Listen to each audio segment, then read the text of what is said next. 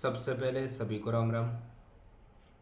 आज हम कक्षा 10 के संजीव डेस्क वर्क में मॉडल पेपर नंबर 6 हल करेंगे, खंड ब। यहाँ क्वेश्चन नंबर 4 हमें दिया गया है। मैं से यानी एचसीएफ संख्या 135 और 225 का हमें दिया गया है 45 है। लय से हमें ज्ञात करना है। तो देखिए, लय से ज्ञात करने के लिए हमें सिंपल सा क्या करना है। देखिए, इसका एक फॉर्मूला होता है। फॉर्मूला ये होता है कि दोनों संख्याओं का गुणनफल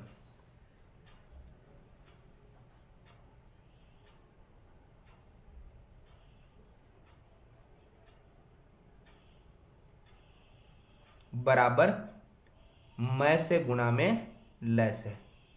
दोनों गुणा में है तो इनको आगे पीछे भी आप लिख सकते हैं। दोनों संख्या हमारे पास है 135 और गुणनफल करना है तो गुणा में 225 बराबर में मैं से हमारे पास है 45 और लय से हमें ज्ञात करना है तो वैसे का वैसे। अब एक चीज हम ध्यान देते हैं कि आप गुणा ना करके सिंपल इन संख्याओं को वैसे ही रखेंगे और जो यहाँ 45 गुणा में वो यहाँ आ जाएगा भाग में बराबर से दर। सिर्फ गुणा और काटापीटी करने से हमारे पास आसान हो जाएगा हल करना। ये आप कई पाड़ों से कट रहा है, 15 के पाड़े से भी कट रहा है, 45 के पाड़े से भी कट रहा है। 45 के पाड़े से भी देखें तो 45 से 45, 45 दूना 90, 45 दिया 135। तो भाग में कुछ रहा नहीं है। अब 3 की गुणा कर दो 225 से, तो ये होगा, ये यहां तक हो चुका है खत्म। मैं यहां लिख देता हूं 675 और बराबर में ये क्या आ गया है, लय से। तो इन दोनों संख्याओं का लय से रहेगा 675। आगे सवाल नंबर 5। हमें सवाल नंबर 5 में दिया गया एक द्विघात बहुपद ज्ञात करना है जिसके शून्यंकों के योग और गुणनफल हमारे सामने है। ये दो मत ध्यान कीजिएगा, ये तो जो क्वेश्चन का नंबर है कितने नंबर का, ये वो है, सवाल यहीं तक है। तो ध्यान से देखते, द्विघात बहुपद अगर हमें शून्यंकों के योग और गुणनफल से ज्ञात करना हो, एक छोटा सा फॉर्मूला होता है एक्स स्क्वायर माइनस, यहाँ पे होता है हमारे पास अल्फा प्लस बीटा।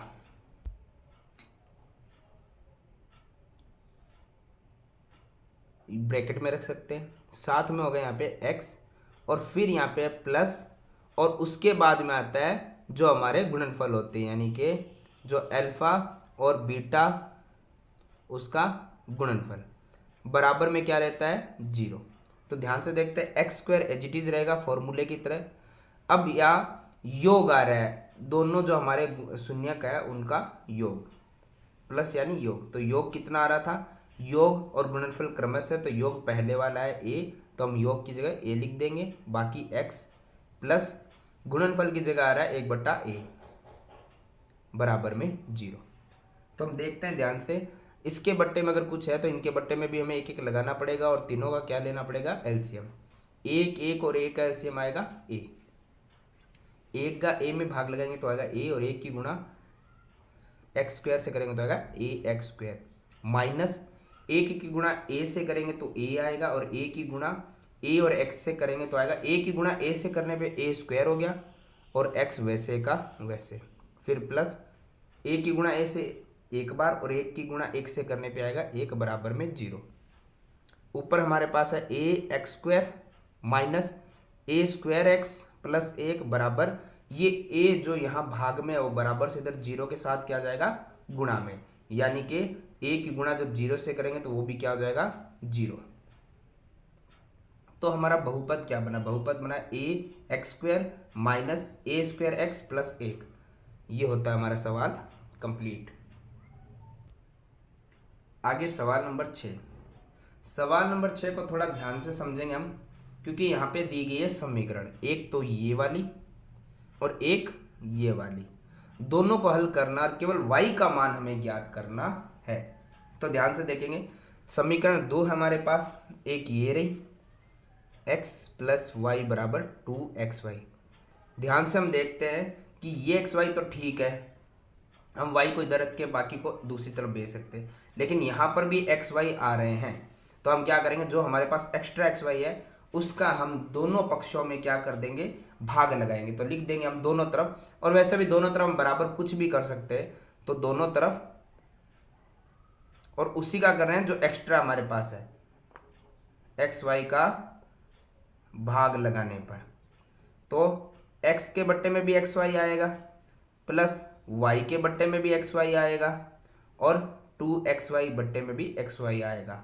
तो देखो एक्स वाई से एक्स वाई गए, यहाँ y से y गया, x से x गया, तो हमारे पास क्या बचा भी है, ऊपर कुछ नहीं तो 1 बट्टे में y, प्लस ऊपर कुछ नहीं तो 1 बट्टे में x, बराबर में बचा है 2।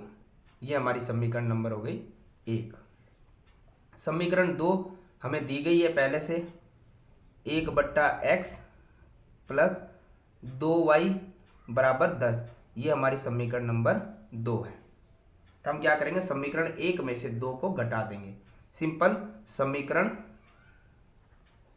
1 में से 2, समीकरण 2 घटाने पर, अब घटाएंगे कैसे, देखो सिंपल तो हम घटा सकते हैं, लेकिन जब पहले से भिन्न है तो कैसे घटेगी। देखो इसमें भी कुछ मुश्किल होने वाला नहीं है। आपके पास ये है, इसमें से आप इसको घटा रहे हो, तो घटाने का मतलब माइनस, और यहाँ पे सारे निशान क्या होंगे, चेंज हो जाएंगे। जैसे यहाँ पे माइनस, यहाँ माइनस और प्लस माइनस, यहाँ माइनस और प्लस क्या हो जाएगा, माइनस। सबसे पहले हम एक जैसे पद देखते हैं। देखो ये पूरा एक जैसा पद है, ये किसका है, प्लस का, ये किसका, माइनस का। तो 1 बटे एक्स प्लस और माइनस का 1 बटे एक्स, दोनों प्लस माइनस एक दूसरे के साथ आएंगे तो क्या हो जाएंगे, मैं लिख देता हूँ। जैसे 1 बटा एक्स मैंने साथ में लिखा और माइनस का 1 बटा एक्स लिखा, सिंपल सा दोनों क्रॉस हो गए, तो यानी ये दोनों तो खत्म। अब हमारे पास क्या बचा है, अब हमारे पास बचा है 1 बट्टा वाई, किसका है, प्लस का, प्लस का है। यहाँ पे है माइनस का 2 बट्टा वाई, और बराबर के उधर बचा हुआ क्या है, बराबर के उधर प्लस का 2 है, और इधर है माइनस का 10। पहले इसको हल करते हैं। देखो प्लस माइनस है, ठीक है, तो हमें पता है प्लस माइनस तो माइनस होगा। तो सबसे पहले तो हमें लेना क्या पड़ेगा, इसको कैसे हल करना पड़ेगा, एलसीएम करके, क्योंकि यहाँ पे प्लस माइनस है। तो y और y का एलसीएम लेंगे तो क्या आएगा, y आएगा। ठीक है, ठीक है। अब हमें पता है कि जब भी डिनोमिनेटर यानी कि हर बराबर होता है तो ऊपर वाली संख्या एज इट इज लिख देते हैं, प्लस का 1 माइनस का 2। तो इसका सिर्फ इतने का आंसर आ रहा है, माइनस के 2 में से 1 प्लस का जाएगा तो बचेगा माइनस का 1 बटे में y, यानी इन दोनों का हल ये आया है। और बराबर में क्या आया है, प्लस माइनस, माइनस 10 में से 2 जाएगा तो बचेगा 8, किसका, बड़ी संख्या माइनस की। यानी कि हमारा मान अभी तक इतनी समीकरणों को हल करने पे आया है माइनस का 1 बट्टा वाई बराबर का माइनस का 8। लेकिन ये संपूर्ण हल हमारे पास अभी नहीं आया है, क्योंकि हमें y का मान चाहिए। तो देखो माइनस 1 है, बराबर है, ये माइनस 8 है, ये जो भाग में y है वो बराबर के इधर जाएगा तो किस में जाएगा, गुणा में, और y को हमें अकेला रखना है इस तरफ, और बराबर में ये माइनस और माइनस क्या हो गए, समाप्त हो गए। क्या हुए, समाप्त हो गए। तो अब हम यहाँ पे एक चीज देखते हैं, इस तरफ कुछ नहीं बचा हुआ, एक ही है, और ये 8 जो गुणा में था वो बराबर के इधर आया, किस में आ जाएगा, भाग में। तो y का मान कितना आ गया है, 1 बटा 8। तो ये हमारा सवाल नंबर 6 भी होता है समाप्त। आगे सवाल नंबर 7 जो प्रश्नावली 5 से है, समांतर श्रेणी यानी एपी से। सबसे आसान सवाल है, इसमें हमें सबसे पहले क्या दिया हुआ है, a कितना है 8, फिर हमें दिया हुआ है d निकालने का तरीका होता है a2 माइनस a1। तो a2 हमारे पास 3 माइनस a1 है 8, तो यहाँ पे बचेगा माइनस का 5, तो d है माइनस का 5। फिर है जो हमारे पास पदों की संख्या वो कितनी थी, 22, यानी n बराबर कितना है, 22। इनका हमें योग ज्ञात करना है, योग मतलब Sn, और Sn की जगह कितना आ जाएंगे, 22। और Sn का फॉर्मूला क्या होता है, Sn का फॉर्मूला होता है हमारे पास n बटा में 2, फिर bracket 2a plus n minus 1 गुणा में d ब्रैकेट क्लोज। तो n हमारे पास कितना था, 22 बटे में 2 ब्रैकेट 2, और a की जगह a का मान कितना है, 8, प्लस n हमारे पास 22 था माइनस 1, और d हमारे पास है माइनस का 5 ब्रैकेट क्लोज। तो 2 से 22 गया 11 बार, ब्रैकेट खोल करते, 8 के 2 से गुणा करने पे 16, यहाँ पे 22 में से 1 जाएगा तो क्या बचेगा 21, और गुणा में क्या है माइनस का 5। 11 ब्रैकेट के बाहर है ही, 16 ब्रैकेट में है, और 21 की जब 5 से हम गुणा करेंगे तो ये आएगा 105, प्लस माइनस माइनस 11 जो बाहर है, 105 में से जब 16 को हम माइनस करेंगे तो ये आएगा हमारे पास 89, और किसका आएगा बड़ी संख्या यहाँ पे माइनस की है। अब लास्ट में सिर्फ हमें क्या करना है 11 गुणा करनी है 89 से, तो ये आ जाएगा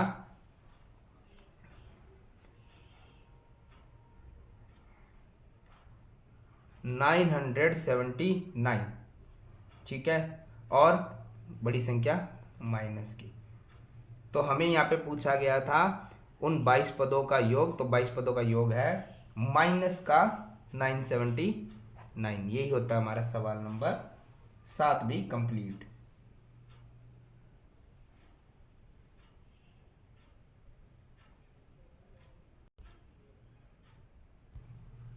आगे सवाल नंबर 8 हमें दिया गया है।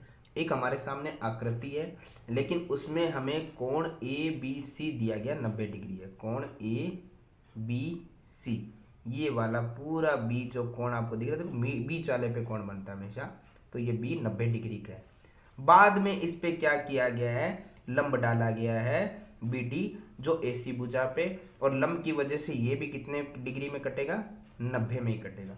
तो इस तरफ ये वाला एंगल, यानी कि कह सकते हैं आप बी डी सी ये वाला, और बी डी ये दोनों वाला 90-90 का एंगल है। लंब का मतलब 90 का कोण ही होता है, समकोण त्रिभुज। उसके बाद कुछ भुजाएं भी आपको दे दी गई है, और सी डी का माप आपसे पूछा है, ये भुजा आपसे पूछी गई है। तो आइए इस सवाल को सबसे पहले हम कैसे हल करते हैं। सबसे पहली चीज हम लेते हैं पूरा एक त्रिभुज लेते हैं ए बी सी, यहाँ लिख देते हैं हम त्रिभुज ए बी सी, और दूसरा हम त्रिभुज ले लेते हैं छोटे वाले में से। छोटे वाले में से जैसे हम यहाँ पे ले लेते हैं त्रिभुज, ये ले लेते हैं A B D, A D B या ए बी डी कुछ भी लिख सकते हैं आप इसको, ठीक है। लिखने को आप इसको इस तरीके से लिख सकते, जैसे मैंने लिख दिया ए बी डी।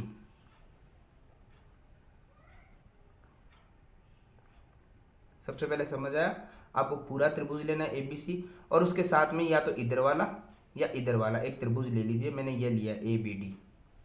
अब इन दोनों त्रिभुजों को हमें क्या करना है समरूप। किस प्रकार से कर सकते हैं, चलिए हम देखते हैं। देखो सबसे पहली चीज, अगर त्रिभुज ए बी सी पूरा लेंगे तो उसमें बी कोण क्या है समकोण है, तो लिख सकते हैं कोण ए बी सी समकोण है ना, दिया हुआ भी है। और अगर मैं त्रिभुज ए बी डी लूं तो उसमें कोण बी डी ए, ये भी 90 का है, B D A, B D A ये कितने डिग्री का है 90 डिग्री का, कारण रहेगा समकोण। एक चीज बराबर हो गई। दूसरी हम यहाँ पे इसमें ये देखते हैं कि इस त्रिभुज के अंदर कोण ए आ रहा है, और पूरा जो ए बी सी है उसके अंदर भी ए आ रहा है, यानी ए तो उभयनिष्ठ हो गया। नाम कैसे लिखेंगे, नाम इस तरीके से लिखेंगे कि अगर हम बड़े वाला ए बी सी त्रिभुज ले रहे हैं तो उसमें हम लिख सकते हैं बी ए सी, क्योंकि बड़े वाला त्रिभुज है, तो बी ए सी या सी ए बी। बस एक चीज ध्यान रखिएगा, जिस पे कोण बन रहा है वो नाम बीच में रहना चाहिए, ठीक है। और अगर हम छोटे वाला त्रिभुज ले रहे हैं तो उसमें भी ए को उभयनिष्ठ लेना है, तो हम ले सकते हैं बी ए डी या डी ए बी भी हम लिख सकते हैं, जिसमें ए उभयनिष्ठ हो। मैंने डी ए बी लिख दिया, तो ये क्या हो गया उभयनिष्ठ। और हमें पता है कि जब कोई भी दो त्रिभुज हो और उनमें दो एंगल बराबर आ जाए तो वो त्रिभुज क्या होते हैं समरूप होते हैं। इसलिए त्रिभुज एबीसी समरूप है एबीडी के। कारण लिखना चाहे हम लिख सकते हैं एंगल और एंगल से।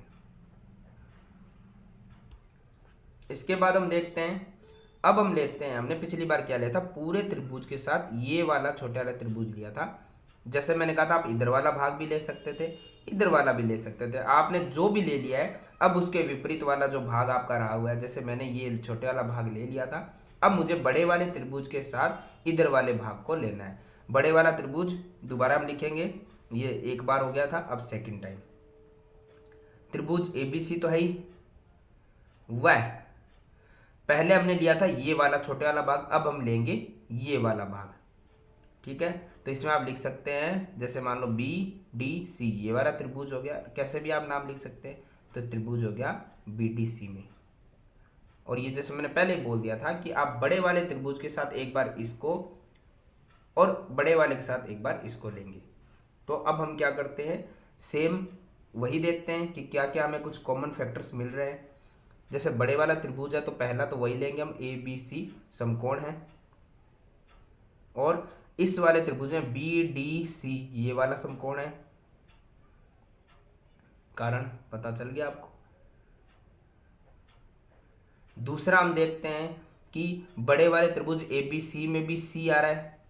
ठीक है, तो हम यहाँ पे लिख सकते हैं ए सी बी, सी उभयनिष्ठ है, ए सी बी।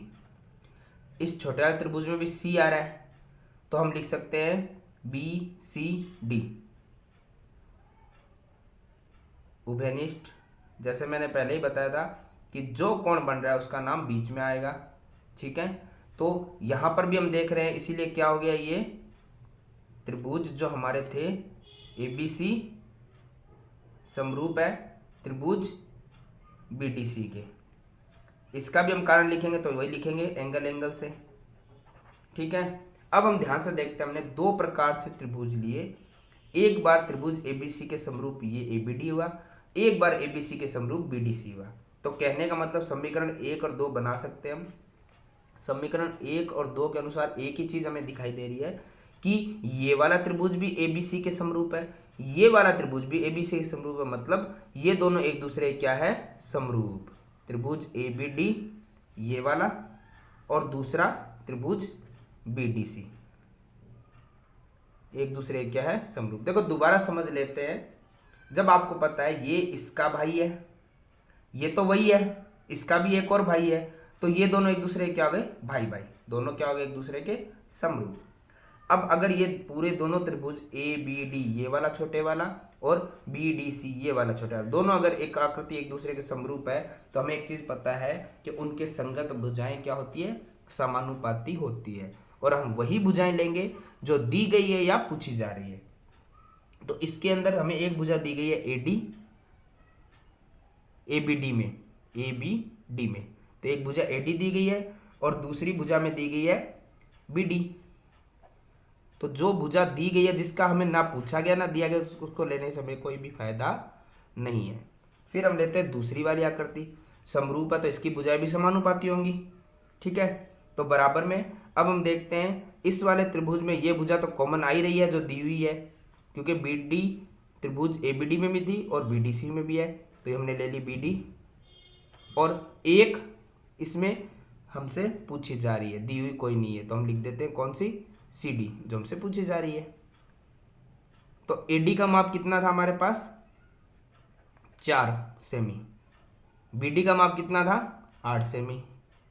बीडी का माप फिर कितना था, 8 सेमी, और सी डी हमसे पूछी गई थी। तो हम देखते हैं यहाँ पर सी डी जो इस तरफ है इसकी हम वज्र गुणा करते हैं, तो यहाँ पर सी डी जो इस तरफ भाग में है वो इस तरफ 4 के साथ किस में आ जाएगा, गुणा में, और 8 है इसके साथ 8 की वज्र गुणा करते हैं, तो ये 8 भाग में इस तरफ आएगा गुणा में, तो 8 की 8 से गुणा करने पे कितना हो जाएगा, 64। सी डी के साथ जो 4 गुणा में था वो यहाँ चला जाएगा भाग में, तो सी डी बराबर कितना आएगा, 4 का 64 में भाग लगाने पे आएगा ये 16 सेंटीमीटर। और यही हमारा क्या हो जाएगा, ये भुजा सी डी सवाल नंबर 8 होता है समाप्त।